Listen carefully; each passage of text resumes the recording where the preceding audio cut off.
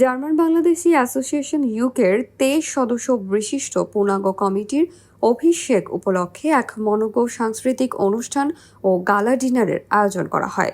শুক্রবার পূর্ব লন্ডনের বার্কিংয়ের রিপোজ সেন্টার হলে অনুষ্ঠিত এই অনুষ্ঠানে প্রধান অতিথি ছিলেন বার্কিংয়ের মেয়র মঈন কাদেরী।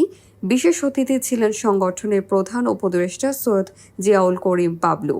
বক্তব্য রাখেন পৃষ্ঠপোষক জাহাঙ্গীর আলম, সংগঠনের সভাপতি মোহাম্মদ লিয়াকত আলী, সাধারণ সম্পাদক সাজ্জাদ হোসেন, মহিলা সাধারণ সম্পাদিকা শারমিন আলম, সহ সাধারণ সম্পাদক রফিকুল ইসলাম শিল্পী, সিনিয়র সহ সভাপতি আজাদুল চৌধুরী, সহ সভাপতি আব্দুস সাত্তার, সাংগঠনিক সম্পাদক মোহাম্মদ আলম, সহ সাংগঠনিক সম্পাদক আবুল কালাম আজাদ, কোষাধ্যক্ষ এনায়েত হোসেন, প্রচার সম্পাদক জাহাঙ্গীর হোসেন।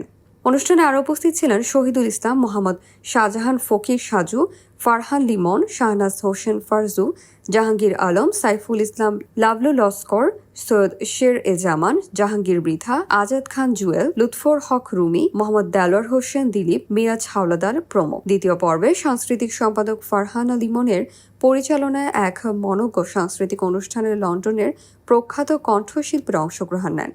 পরিশেষে সুস্বাদু খাবার পরিবেশন করা হয়। আমরা জার্মান বাংলাদেশ অ্যাসোসিয়েশন ইউকে থেকে আমি একজন প্যাট্রন হিসাবে এই অ্যাসোসিয়েশনের সম্পূর্ণভাবে সর্বাত্মিকভাবে চেষ্টা করেছি সুন্দরভাবে একটা সংগঠন তৈরি করতে, এবং সেটা আমরা করতে পেরেছি এবং আমাদের হয়েছে। আমাদের অভিষেক আজকে করছি আমরা। তা এই অভিষেকের মধ্যে আমরা জার্মানের বেশিরভাগ লোকই আমরা এখানে আছি, যারা আমরা আজ থেকে 10 বছর কে 15 বছর আমরা এখানে আছি, কে 20 বছর হয়ে গেছে।